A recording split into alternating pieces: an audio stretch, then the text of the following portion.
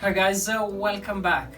I'm sure if you are related to engineering, you will love this video. I had a really productive session with Arpit, a system engineering student from Birmingham University. I had a one-to-one session with him and we had discussed all relating to jobs prospects in the UK. So he's one of at that stage, where he's trying to find a job in the UK. He had some actually experience with the application, job application, with the interviews as well, which he shared in this video as well. Also, I shared my personal experience where I started my journey, and also a wide range of the industry in the UK, actually how this evolves during the pandemic, and what are the struggles actually they are facing, especially the graduates in the UK, especially the international students, with the visa processes. So I'm sure you will enjoy quite a lot. If you got any question or relevant question, you can write them down in the comment section below. And if you would like to have a similar session with me as well as a one-to-one session, there's a link in the description below. You can click on that and join me on a one-to-one session. So enjoy the one-to-one session with Arpit. Hello, sir. Good morning. How are you? I'm fine, sir. How are you? Yeah, not too bad. Yeah, thank you very much for being so prompt. How are you? Sunday? Well, what's the feel? What do you do Sunday? Do you do part-time job or you stay home, work? I normally, actually, I have been part of a part-time job and no, it's personal making. So I was doing a Just Eat job earlier. Till Mhm. December, I did it. But Right. since my current program that I'm doing, MSc in Railway System Engineering, is Yeah, quite intense, so I left it and concentrated. absolutely. Yeah, I agree. I agree, and it's people just think about, yeah, when I get these sort of questions from students, like, can they manage full-time job with the studies? Absolutely, you can't even manage the part-time. I know how intense this is actually, the MSc It's courses. very difficult. I mean, there are times when you feel that you are free and you should do the job. Yeah. So at that moment, you feel like doing the jobs and get some money to manage your expenses. But um, the rest of the time, you don't even get time. No, So absolutely, currently, absolutely agree, and that's what I generally advise to the students. Like, if you can't manage your fee from back home, don't waste your time. Yeah, you're gonna just, yeah, basically, yeah, you're gonna ignore your degree here, which is not worth it actually when you get into the job here with the part-time. So you completely ignore your degree.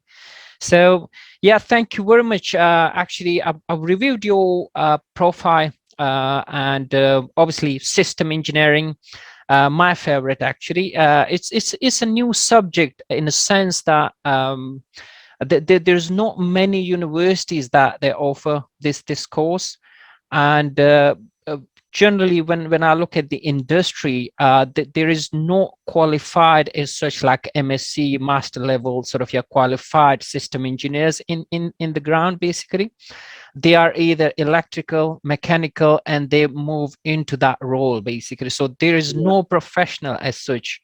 So I'm quite pleased that people are joining. That now doing the like directly system engineering masters.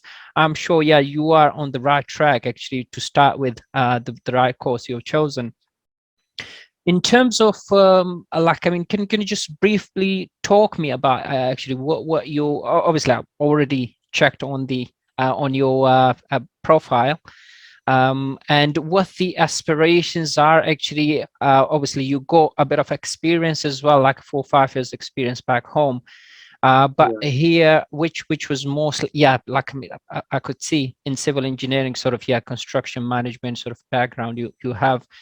But I presume, you're doing MSc in system engineering, you will be directly applying to the similar role, yeah, in the system engineering, rather than you going to the construction, so yeah, like civil engineering. Is that correct? Or just briefly, yeah, talk me about, and then we can talk about actually what actually your aspirations are, and that I can, yeah, from my experience, I can guide you, yeah, accordingly. So the interest that I had when I joined this railway system engineering was more in track, since I've already worked in buildings and some foot over bridges also. So I wanted to explore more about other aspects of railway systems. So other areas like mainly track. So I wanted to become a track engineer, more into a track design. So currently, what I'm facing right now, that I knew before joining railway system engineering that there will be a very little part of track design and the track engineering that would be taught in track systems, because track systems includes each and everything, and they can't cover each and everything in detail. That's So they correct. include Yep. traction, electrical traction. They include railway operations. They have taught us signaling and other railway control systems. So all these things are going on, and currently I am willing to apply in every field of railways, every job opportunities which are coming in the market related to railways, Mhm. like not in signaling, and of course not in signaling and electrical engineering, because that is something I have not read properly and I'm not confident I'll be able to do it, Mhm. and I'm not interested also. Right. So any jobs related to assistant engineer rail, civil engineers, and system engineer, I'm not getting that job market in UK. I don't know why it is there. I think all over the world it is like that, that these branches, these domains, civil engineer, mechanical engineer, electrical engineer, these are completely, the market is completely filled up. So system engineer actually has to do an interface and a coordination between different departments. Absolutely. So that sort of job roles are quite rare in an organization compared to others. So it's quite obvious that you'll not find that sort of job roles in abundance. But I'm also, as I told you, I have a civil engineering background, and I'm interested in track works also. So I'm trying to develop those skills to move to track side. But the problem that I'm facing, as you also know, that once you'll shift from Asian country to UK, you'll face problems related to visas and Oh other yeah. aspects. Yeah, yeah. So That's part of it. Yep. yeah. So I had applied based on I have applied for the experience jobs also and the graduate role jobs also. Mhm. And in 5 or 6 companies, it was like that. And the in all 5 or 6 companies, I got the rejection due to unknown reasons. I mean, there were reasons also. I asked for the feedback. Why are you rejecting my CV or applications? In few of the companies like SWR, I went for the operation job also. I'm very interested. I got very interested after doing railway operational planning and management. I was interested in timetabling jobs and train planning jobs. So there was a vacancy for that. And I filled that. It was a placement scheme, and our MSc program doesn't have that placement scheme. But when they came in the university, they Mhm. asked us to fill for the graduate scheme. And I mean, they asked us to fill for the placement scheme, and later on, they will convert it into a graduate scheme. Right. And the interview and assessment, everything gone well. And later on, when I asked for the feedback after they rejected my application, they said that you didn't demonstrated operational planning skills a lot, and you have to improve that area. So I Even mean, for this. the sort of, yeah, the placement. So as I told you, there was What? no placement, Oh, but so they so were it was telling, for a job. Was that for a graduate job? yes. Okay. So I'm feeling that I don't know what is actually going wrong in my applications. What am I doing wrong? The cover letter I've made, the CV I've made, there was a website given in the university career network section. So I've given them my CV again and again. I've updated that, and I think my CV is proper now. Mhm. I'll mail you also if you want. I can mail you the cover letter and my CV also for companies that Yep. I'm applying, so you can have a take a look. So AECOM is also one of the company, and you have worked in the AECOM That's previously. correct. Yep. And in AECOM, I mean AECOM is a company actually who sponsors students for the visa. Yep. But whichever job I'm applying in the AECOM, they ask for the minimum requirements, whether you have right to work in the UK or not. And once I'll put no, press no over it, they won't let me proceed further. No, that's correct. Actually, I found recently actually that that's came quite a number of jobs that's advertised that specifically explicitly say that, yeah, like no sponsorship provided. And I believe the main reason what I can think of is because there's lots of changes. I mean, still going in the immigration sort of system, and I believe the charge for the employers has been quite significant. I mean, to sponsor the basically, yeah, the non-residents UK employee. That's where they're a bit reluctant. And also the main reason being basically the mostly the actually the organization, they are not full-fledged in basically back from the COVID sort of, yeah, mostly they are still like 50-50 working from home and working in the office. And the problem with the graduate recruitment is they need full time to be in the office basically, so someone is there, they can guide them. That personally, because I've been involved with the management teams in the companies as well, and this is the main actually driver. I mean, if we can recruit graduates, how are we going to train them? I mean, if they're not in the office. So because mostly the companies are still operating from home basically, like personally myself, I'm 100% actually working from home. And even the company policies, I mean, whoever feel better actually to come to the office, I mean, it's optional there. So that is the main sort of, yeah, focus within the management sort of, yeah, like, I mean, if we recruit graduates, who's willing to come and train them basically full time in the job, because they need supervision and all those of training. I've seen that's coming, but certainly, I mean, we are moving in the right direction. Like, I mean, currently the companies, they are operating minimum 2 days a week actually in the office. That's what, again, overall sort of, yeah, impression is from different companies. And it is going basically in well, it will remain basically a bit of flexible working, like you would have the option to work from home partly and work in the office. I mean, ultimately that would be the final setup. But now we are in that sort of phase, like, I mean, partially some is working in the office and some from home. I believe because this is still a transition, obviously no one expected this. I mean, what's going on in the industry.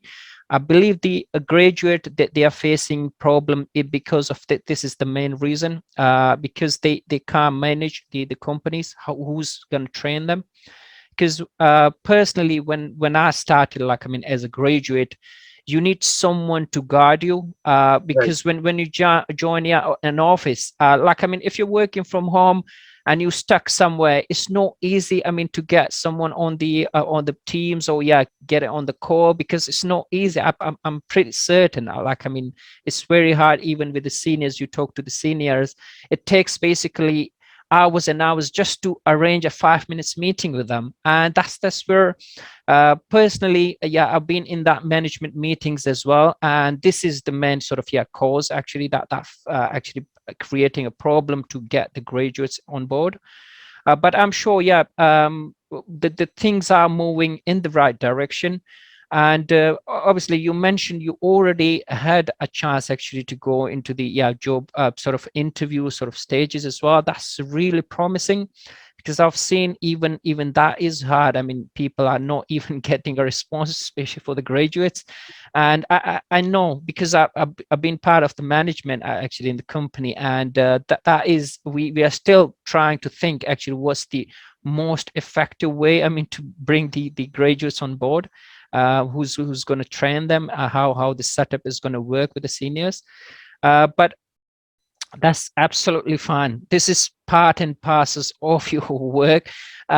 Just talk me about your completion. When you going to have your completion done? Actually, I believe you are on the 2 year course as well. One. It's a 1 year course. So when is that going to be completed by? Is it this September? September. Yeah. Right. Okay. So, and I believe after September, you're going to get the 2 years PSW as well. That would allow you basically to. Yeah. So one question is, when can I apply for the PSW? PSW, I think when your course is complete. Complete means when you have a notification from the university that you have completed all modules and you've passed the course. That's where you can apply basically. So it can be like before even if even you get the final sort of basic inauguration, the degree, you can still apply as long, I mean, you have notification from the university that you have clear all your modules, and generally they will send you an email as well when they have completed their process, that you're clear all your exams, everything is clear.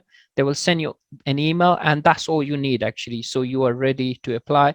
And it's quite simple process actually. PSW is online, and it's just that sort of the notification and your case number, that's all it needs. And mostly it needs money actually. I think it costs quite a lot, to around £2,000 actually for 2 years. So the PSW, that allows you actually to work full time as well. But it's quite pleasing actually to hear that you already are receiving, and you've been involved with the interviews as well. So you know the drill actually. And that means that your CV is perfect. Because otherwise, I mean, if your CV was not right, then you wouldn't get a call at all. Trust me. I mean, that's how it works actually, the industry work. I mean, if your CV doesn't mention about your skills, and obviously one thing I would like to share actually my screen, and we'll go through actually what I believe. I'm sure, you are on the right track, as you said. I mean, you have been applying for the jobs, and you are getting messages, interviews, so that is really pleasing. And that's where you should have started basically, quite early. I mean, that's what like, I mean, generally I said there's 5 key steps, I mean, finding a job. I mean, like, when you're studying here in the UK. So I would say start early, which you already started. That is brilliant. So that give you basically a feel basically at what to expect from different employer. Obviously you already gone through that process, so you know, and you get the feedback as well. So for the next sort of application, you need to ensure you capture those deficiency in the next sort of application as well. So that is brilliant. So make the most of your universities. I mean, as I said, I mean, like, it's quite intense sort of, especially the master's, quite research sort of work ongoing, and is a full time. And generally I do say to the students as well, make most of your time. Just think you only here for studies, so you need to get the most out from the professors, from the university. Trust, I mean, you already experienced, I mean, they are the most knowledgeable people. I mean, I should say, I mean, your lectures, and they know inside out about their own sort of subject. So whatever your favorite subject, I mean, system engineering, PWA, I mean, any relevant sort of question, guidance, I mean, they can give you most of their time actually, just to guide you on the right path. So that's where I highly recommend. I mean, make the most out of university. It's not just, I mean, you're paying that high fee. Obviously the good thing is it's back online as well, back basically face to face as well. You can arrange meetings whenever you want actually with the professor. You need to make basically a questionnaire and ask, and just get the guidance. I mean, this is the right opportunity for yourself. Don't waste, generally I said, don't waste your time, I mean, being in the university sort of. So whatever question, even with the job relevant as well, obviously, I mean, all the professors, they are experts in their own field, so they can guide you right up to the mark basically, if you ask the relevant questions. The third one, I say, aim high, keep your horizon broad. So that means you need to apply basically. Simple as that. You need to apply for jobs, and keep a horizon broad means, doesn't necessarily mean like, I mean, you're studying system engineer, so you only restrict yourself to system engineer. Like you mentioned, the PWA, electrical, mechanical, health and safety. So you need to especially initial sort of, the startup job, graduate job, I would say keep your horizon broad. Once you get into any of those sort of jobs, like, I mean, even health and safety sort of side, I'm sure within the company is quite easily you can transfer yourself to other departments. So the first and foremost thing, get into the system. Once you get into the job market, that's where it's quite easy actually to move around from there. So you need to make sure you apply for well, by everything mean in your niche. Obviously you can't just apply but like I mean whatever you want, but like your system engineering, you touch, yeah, the health and safety, you touching the signaling, you touching the p-way, civil engineering. So you should cover, yeah, all those aspects, even health and safety. That is quite actually in demand as well, and that's quite relevant to system engineering as well.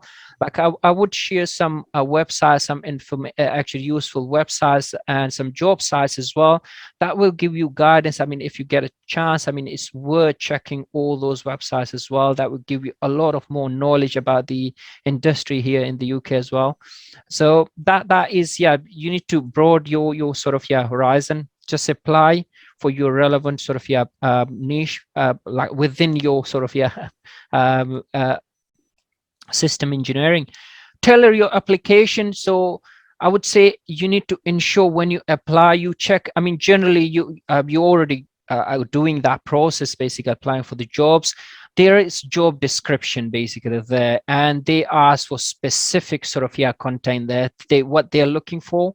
So you need to ensure you check those one before you apply. And I would say it doesn't necessarily mean that you fulfill 100% of those requirements. Even if you are, say, you're confident about 60-70%, yeah, you can, yeah, you're good enough actually to achieve those one. Say just go for it. I mean, it's nothing wrong. I mean, applying for those sort of, yeah, jobs. I'm sure there's no perfect candidate anywhere. I mean, they can fulfill 100%, yeah, their requirements. You always learn on your job as well. So I would say that is very important. You look at those job description, and if you believe 50-60% you can cover those sort of objectives of what they're looking for, just apply and see what's going to come back. So I Finally, applied in one of the companies, mhm, like WSP. I applied for assistant engineer really. yeah, So there were 5 to 6 requirements that they had, and I was able to see that I am actually fulfilling 3 to 4 requirements. But one of the requirement was that they needed some experience in UK rail industry, in network rail standards and the grip process of network rail. yeah. All these things they needed, but apart from that, I had experience in previously. So based on that, I applied for it. Mhm. But they didn't consider my CV for the next step and right away rejected my CV. What was the role? Was it graduate or assistant? No, assistant engineer really. It was not a graduate role. Assistant. You see, Arpit, one thing. I mean, I would highly recommend. Like, I mean, for in this example, you mentioned about the grip process. I mean, all you could do, just look at the grip process. I mean, there's standards there. I mean, everything has standards. Like, I mean, network rail grip process is one standard, and it's not more than 50 pages. I mean, that's all. I remember that, and you can read through the process. I mean, there are 8 stages.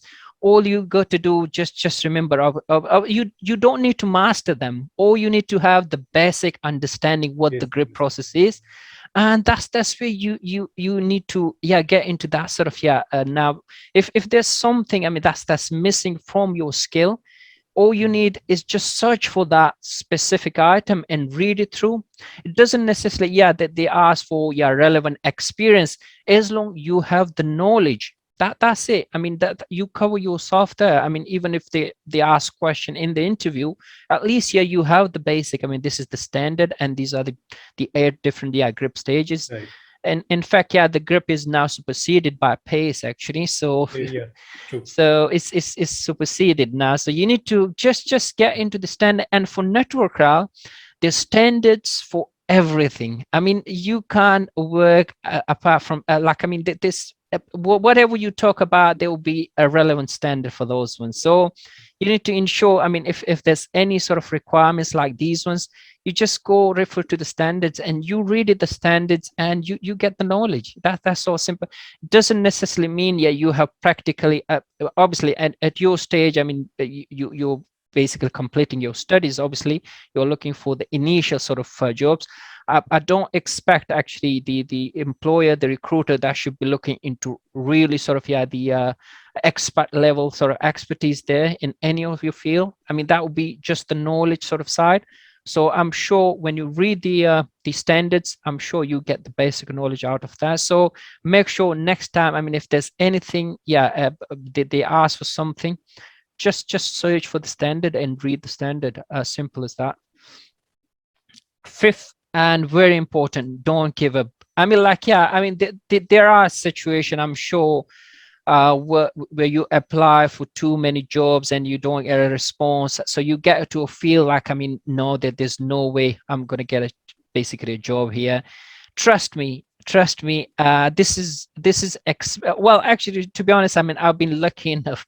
I find quite easily my jobs, I mean, the initial stages, but I have friends, they struggle really, I mean, badly. And that was the situation again. I mean, it was similar, like there was a high demand for engineers and they were struggling actually. Even they will go to the next like 2 3 stages and they will be knocked down from there actually. So it's just norm actually for the students. I mean, this is the process, I mean, you go through. I mean, you're not unique. So it's for everyone, it's the same stage. They have to go through this stage. But yeah, don't give up. I mean, that give you basically, I'm sure down the line you will sometime down the line you will think, oh, I was applying for this and that job and how much I struggle. But that completely vanishes. I mean, as long you get that one call that you got a job, that's it. All your previous sort of struggle, I mean, that's just gone away basically. Simple as that. But you need to be consistent, applying, looking for jobs all the time, applying for them. As said, I mean, like the 30-40%, I mean, if you even if you fulfill those requirements of the job, say apply for them and broaden your horizon. I mean, don't restrict yourself to specific sort of niche or specific companies. Just apply for whatever you feel like. I mean, you are competent about those ones, so apply for them. There are some job sites, I'm sure, I mean, you already been working through your applications, but what I feel personally, I'm using these ones as well for personal sort of level, like LinkedIn, which you got a really good sort of profile there. Make sure you follow the recruitment agencies as well, the main recruitment, the Reed, Hayes, and these are the big sort of recruitment agencies. So whenever they basically share the job, so you get a notification as well from them. So the recruitment, majority, I'm sure you might have noticed, majority of the UK recruitment agencies are quite active actually on the LinkedIn. So they are looking, and it's quite easy actually to message to the LinkedIn to the recruitment agencies. There any relevant sort of you can just ask the question and just on the LinkedIn. So they're quite responsive actually on the LinkedIn. So that is quite good actually, pleasing to see your profile there. Indeed is another big one. For yourself, actually, railway people, I'm not sure if you came across that one. This is very much, I mean, I'm on this one actually, railway people. So that is very much relevant to yourself. You need to make sure you check. Actually, what I've done personally, I'll set up actually the requirement, what jobs I'm looking for, and I'll set up the email. So I get notification on a weekly basis, actually, what I'm looking for. So I get specific for those sort of titles. So you can set up your profile, very simple, easy on that one, and you will get notification. But it's very useful actually for railway people. So I spend quite a bit of a time searching my jobs there as well. Like, I mean, a railway related, obviously. So network rail, you should be checking that. That is your priority to get into network rail and HS2. These are the main sort of like we could say the HS2 is not providing the visa. Are they not? No.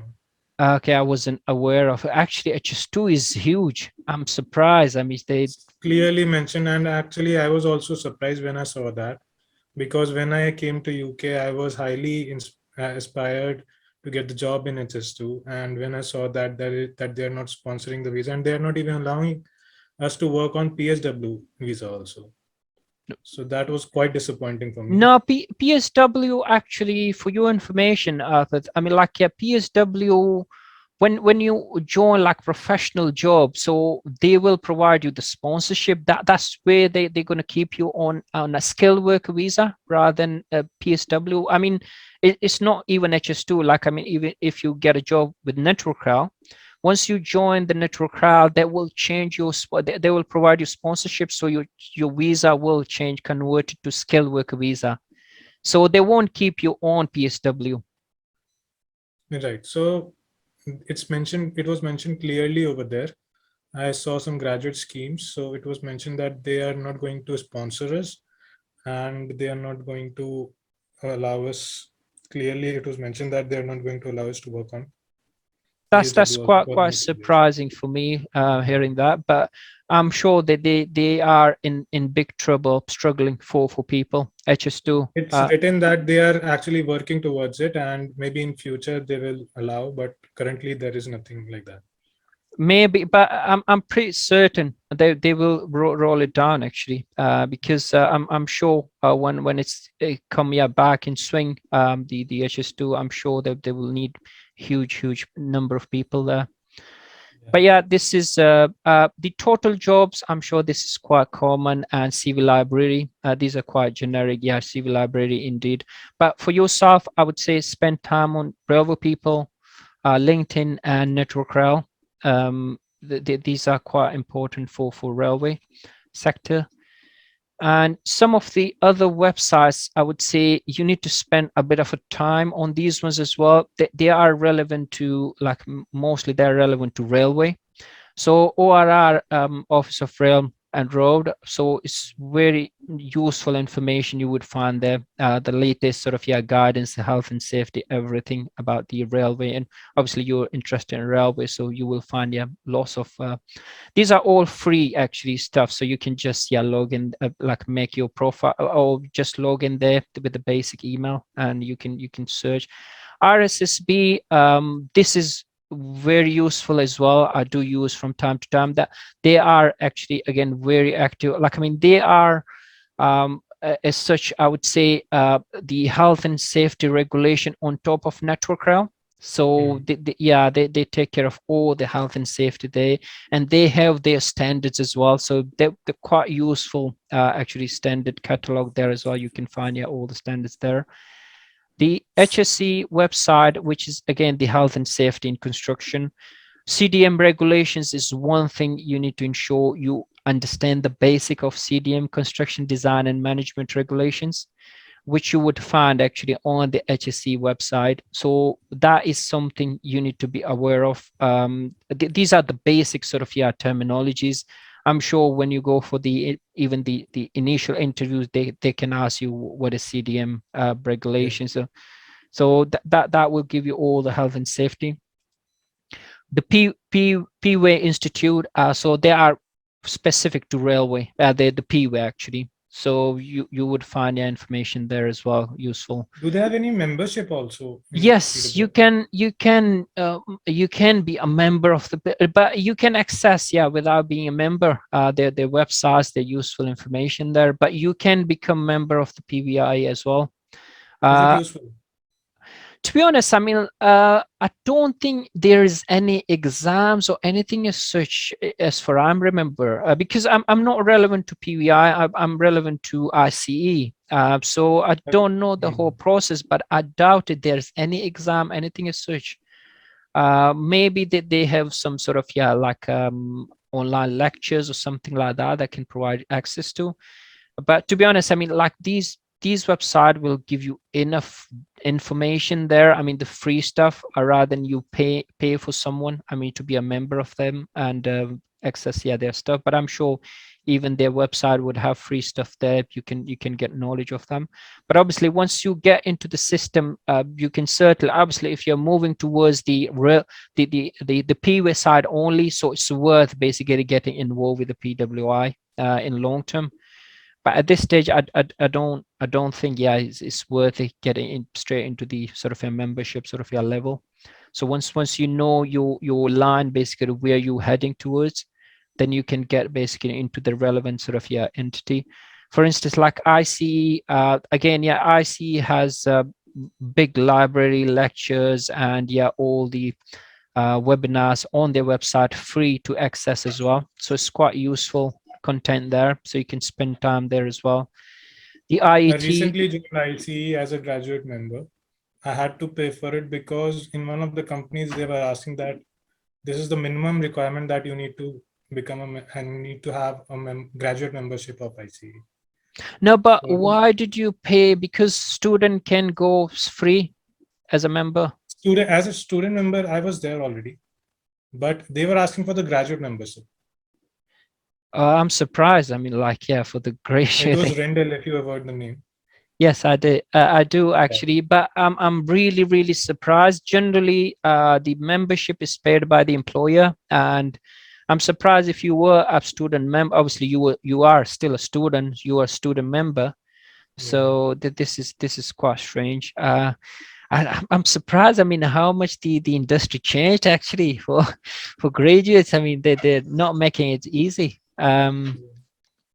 So I actually paid because for coming to UK, I gave so many exams, IELTS exams, I gave so many tests. So it was so costly. So in just, they were asking for 180 pounds. So I just took it as another expense to get the job. I mean, I spent so many money to come to study in UK. And this was just a minimum requirement to get a job, which is a foremost requirement. So I Well, just took I'm it as not an honestly, I'm really, really surprised by that. You need to be a graduate member. That's really on top of my head. I mean, why would they ask you if you were already a student member? What else they would want it as a graduate? Because yeah, once you are a member, like, I mean, a graduate member, I mean, like, yeah, you pay and you become graduate member, but it doesn't mean you are on the actually on the track towards the chartership, because that needs another step. I mean, that's where you need to be on that sponsorship. Yeah, the ICDE, they need to allocate your SCE, supervising civil engineer, to guide you. I mean, that's another process actually. When you join an employer, that's where I was expecting that. Basically, when you get a job, they allocate you the SCE and they guide you through the process how to become a chartered engineer. I mean, that's where the process starts.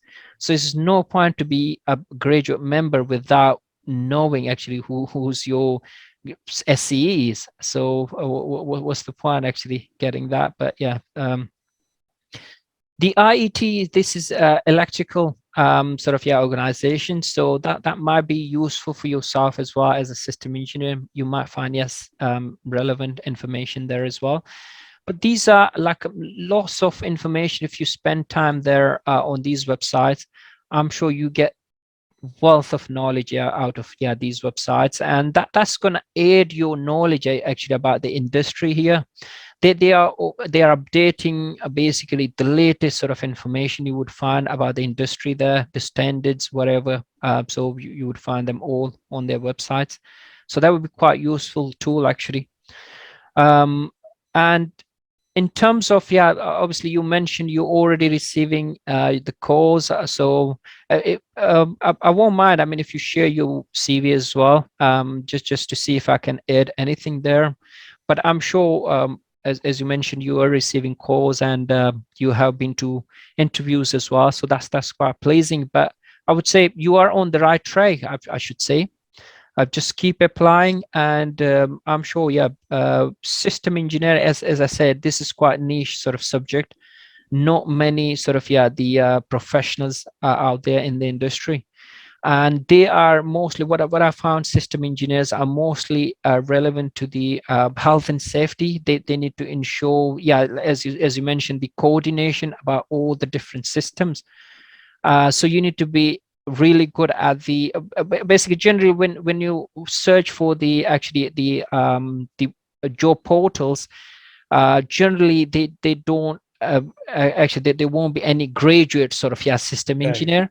There will be They ask like for at least 10 to 15 years of experience. exactly, that's what I was trying to. So that's where I said you need to get into the industry wide through either just a P-way, civil engineering, signaling, whatever. You touch all these subjects, right? Get into the system first, and then if you wish to move to the system engineering after that, trust me, it will be quite easily from there on. because this is just a norm. Because generally they need someone like, I mean, if we have a project actually going, so the system engineer would have the knowledge of all the different actually disciplines. Like they would know a full breadth knowledge of civil engineering, electrical engineering, mechanical engineering, the signaling. So they would have the broad knowledge to bring all the system together. That's where you don't see like obviously as a graduate you won't have that experience. I mean, you won't be at that sort of level straight away. So you get knowledge, yeah, with the time. But yeah, but once you get it, even in the PWA sort of sector, you can slightly shift yourself here towards the system if that's what your ultimate goal is. I mean, to move there. But that would be the way I would advise you. I mean, to get into the other sort of, yeah, your niche sort of say subjects, what you're already studying, and from there on you can divert yourself to system engineering. But trust me, once you get into the railway sort of field, I've been working for about 16 years now. Trust me, I've never been jobless. Like, I mean, I do move jobs whenever I wish actually. So it's so much demand actually for engineers in the railway industry. But as I said, I mean, once you have that sort of stamp, yet you started work in the UK, basically, that's all you need, basically. So once you get that first job in the UK, you have broadened your horizon from there, actually. But never give up. Actually, as I said, I'm sure you will get somewhere there. And I would share these websites.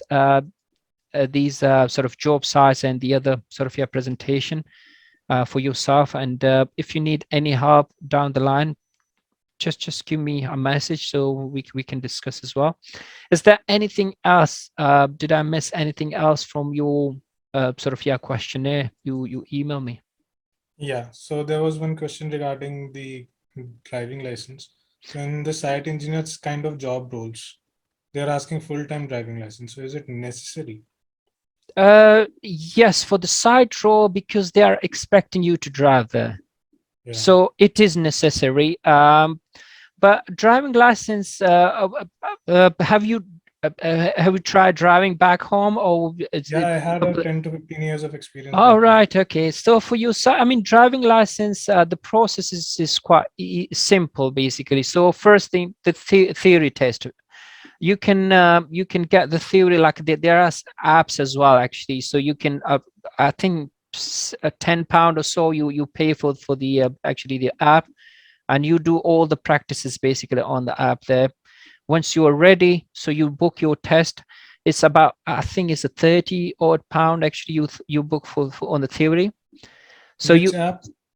I'm sure if you just driving theory test, I mean, if you just search for that, I mean, it's quite common. And I'm not sure, to be honest. I mean, when I've done mine, I mean, that there wasn't any apps or any sort of, yeah, these new technology. So that was books. Still, you can get books as well, actually, the highway codes books. But I believe, yeah, it's easy now on the app. So you got all the theory tests, the practice sessions. So it's a multiple, yeah, choice questions, 50 questions, and you just click on the computer. Actually, that's how you do it. I think the two section, one is the MCQs, 43 out of 50. And the second is hazard perception, which is quite easy, actually. You feel like, I mean, you're driving on the screen and you click on the hazards, basically what hazards you see on the drive. I mean, that's simple as that. That's easy as that, actually, for theory. But you need to make sure you spend time and do a lot of practices, because there will be things, I mean, like about the health and safety, and also the hazards, about the sign, the different, yeah, obviously keep changing, updating, yeah, the signs, and for the road signs, the markings, everything. So that's the first stage. Once you clear that theory test, that is valid for 2 years. And then you start basically the practical, which generally I would say you need to book actually the practice sessions. It's completely up to yourself where you book it. They're all private sort of providers, actually. And I think if you book in bulk, like 5 or 10 sort of lessons at the same time, you get a bit of a sort of basically discount on those as well. So you can search on your local area who's providing actually driving lessons there. I think 5 to 10 should be good enough. I mean, they give you the actually the advantage. They tell you exactly what you're going to be tested in the actual test, and the actual test will be as if, I mean, like you're driving and your examiner will be at the front actually with yourself. So he will give you instruction to drive me to the town center, and you just basically take it from there.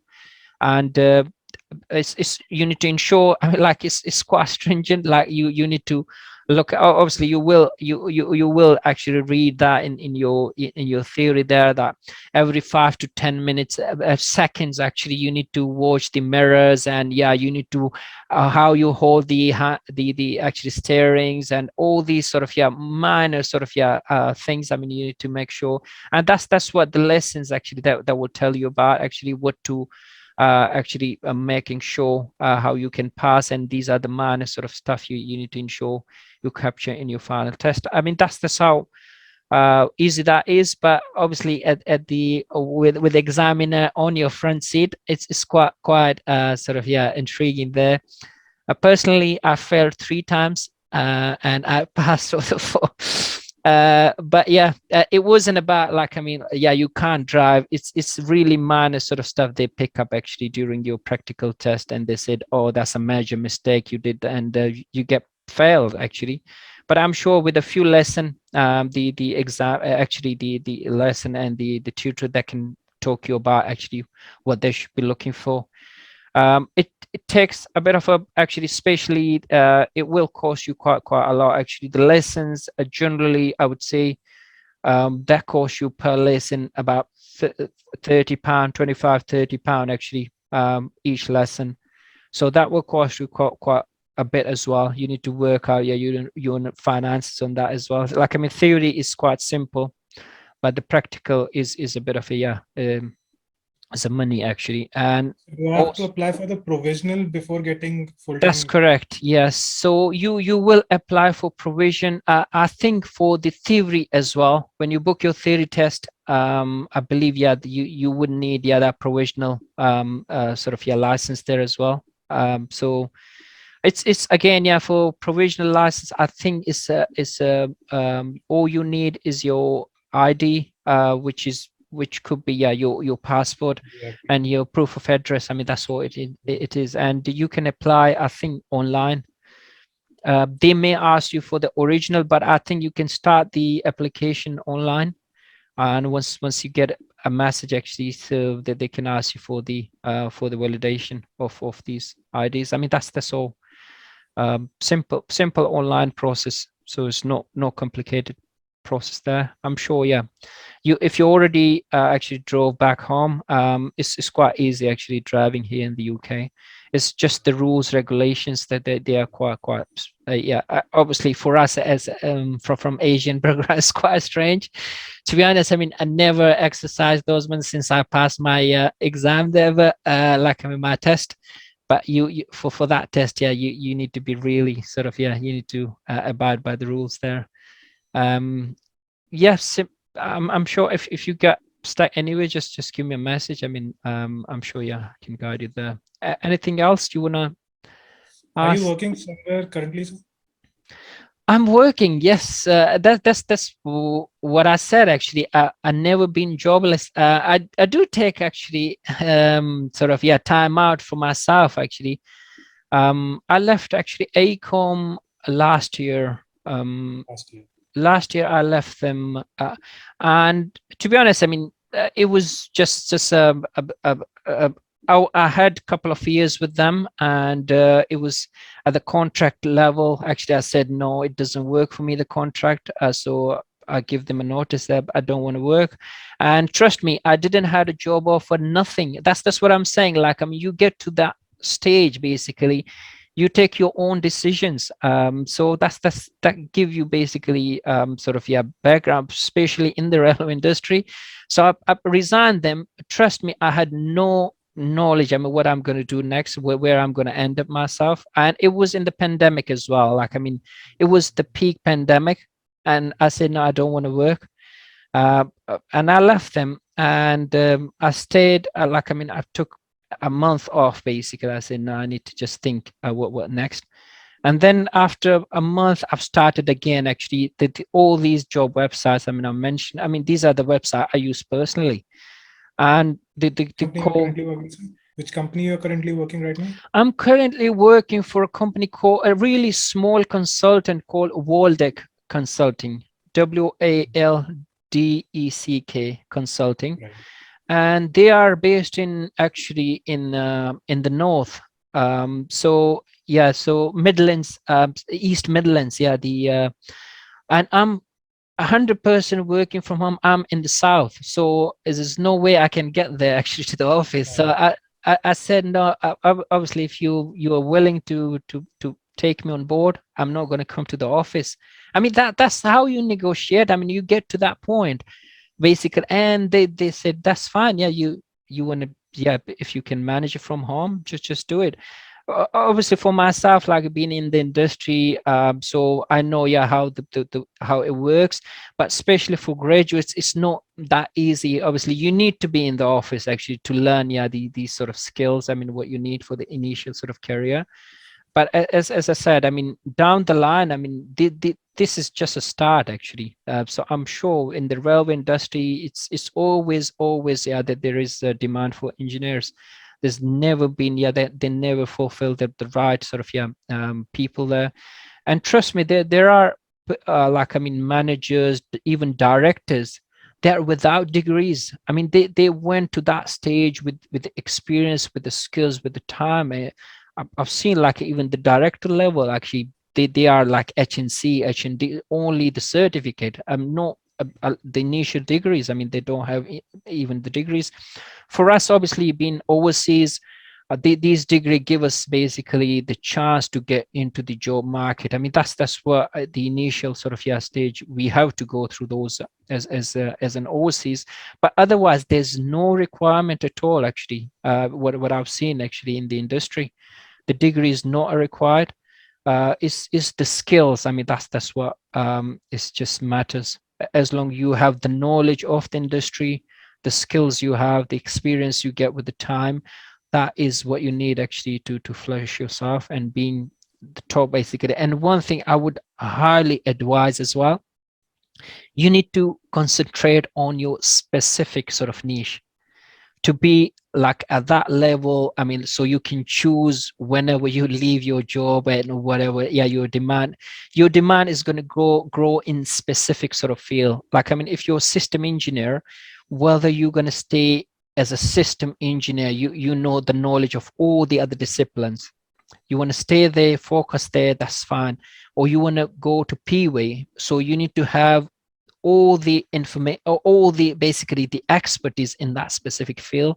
That's where you get to that sort of stage where everyone believe you. Like, I mean, if there's any problem, any issues with, at least, yeah, at the company level, they know, yeah, that's the person actually you need to go to. So you need to be at that stage. You need to concentrate on basically on your niche. And it's important actually when you start your career, you need to identify that from early so you can concentrate more on that specific. Obviously, this is what I'm sharing this from my experience here, what I can see actually. Like, I mean, I didn't knew actually how the industry work. Obviously, I started as yourself with a blend mind actually, where I'm going to end up myself. Like, my degree was structural engineering. I did master in structural engineering, but I ended up in civil engineering. I never did structural engineering at all. But initially, that was a double-minded. Oh, I'm missing my structural engineering. I did master, I missed that. But I didn't realize that until I got to that stage, like a chartership, and I then realized. Obviously, I mean, now the people are asking me questions, and they feel I'm getting into that sort of high level sort of expertise. So I need to just concentrate on my own field, right? Forget about the others. Like, I mean, in the like in the meetings, I mean, you would have expertise like signaling, PWA, civils, structure. I mean, that's how the project works actually. So when you go to the meeting, there will be expertise actually in all field. So you need to be that expert there to attend that meeting. So that's where you, it's really really important you identify that niche for yourself. I mean, where you want to go into. And as I said, I mean, these websites, the knowledge actually on their websites, the wealth of knowledge there. You don't need anyone else. Actually, just go through them, repeat them, learn them. I mean, they're the standards for everything. You can just read yourself whenever you get a chance. To be honest, I mean, like with so much experience, 15, 16, trust me, I do read every day at these standards because it's always updating. Yeah, it's keep updating all the time, and that's where you need to update yourself all the time. I mean, you can't be at the stage you say no, I'll learn everything and that's it. I mean, I don't want to go beyond. It doesn't work. I mean, in the industry actually you need to update yourself all the time. And personally, I do myself like I'm all the time. Yeah, bedtime reading, I have to read, yeah, the standards all the time, basically what's coming up. So you need to update yourself. But this is important. I mean, for yourself to identify your niche. Obviously, once you get into the job, that's where you can divert yourself to that niche and get more knowledge of that. And I'm sure one day we will meet again or call again, and you will say I'm a senior or principal engineer. Hopefully, yeah, that will be the. That Uh, would take time, but yeah, definitely. no, no, Hopefully. no, no. It doesn't. Well, to be honest, there's luck involved as well, for sure. But obviously, more than luck, I would say hard work and consistency plays a really big sort of your part as well. So you need to be consistent applying for the job, and I'm sure you are on the right track, Arpith. Trust me. Because when you say you receive calls, that is pleasing. And because I know, yeah, it's people are struggling, as I mentioned earlier, the graduates especially, because the companies are struggling how to train them actually. So they haven't brought that sort of, yeah, context to the picture. How they're going to train the sort of graduates. So at least, I mean, you are receiving calls. That's quite pleasing. And I'm sure by the time you finish your degree, keep me in the loop. You will be on the job. That's I can guarantee you. Keep That motivates consistency. me. Keep applying, and trust me, you will be there. Anything Thank else you want to ask, or before we you. No, conclude? It's 12 o'clock now. Oh, bang on 12. yeah. Thank you, sir, for your time. And I forwarded you my CV also. You were asking for that. Okay. And please take a look. If you have some opportunity for me, if you have some contacts, so please forward it to No, me. definitely. Obviously, I mean, as I said, there's a rare for graduates. As I said, I mean, like even like where I work, actually, we had discussion, the same discussion there as well. Like obviously, if you are hiring graduates, who's going to train them? Who's going to be there? So this is So, as you know, I have some work experience. So, if there is some beginners or entry level requirements also no, in no, the company, definitely, I will refer you. Definitely, trust me. Yeah, if there's anything come up, we are connected on LinkedIn also, so you can see my profile there and no, no, connect with. absolutely, absolutely, yeah, we'll do that. Thank you very much, and wish you a very best of luck. Yeah, thank you. Thank you.